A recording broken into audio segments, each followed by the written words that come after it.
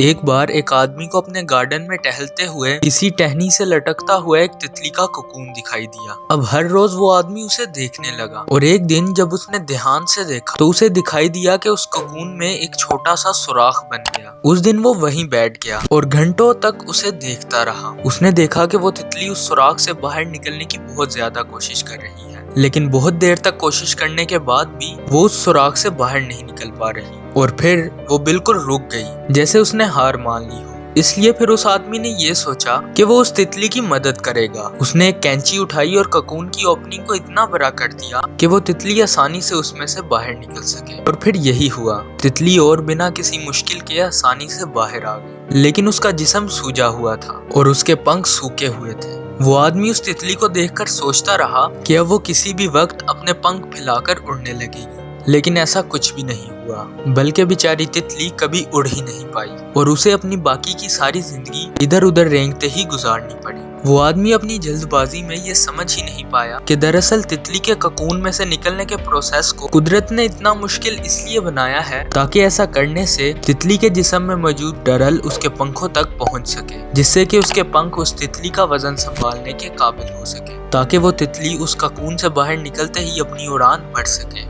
दोस्तों, कभी कभी हमारी जिंदगी में स्ट्रगल ही वो चीज होती है जिसकी हमें बहुत ज्यादा जरूरत होती है।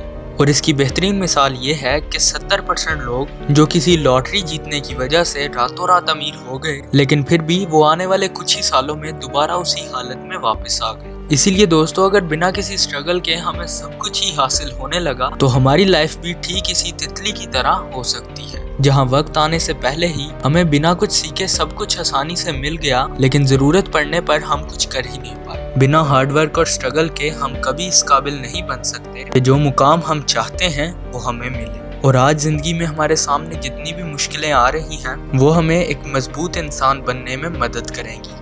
और अगर आपको ये वीडियो पसंद आई तो इसे लाइक कर दें और मेरे इस चैनल को सब्सक्राइब कर लें। मैं मिलूंगा आपको फिर ऐसे ही किसी इंफॉर्मेटिव वीडियो में। तब तक के लिए अल्लाह हाफिज।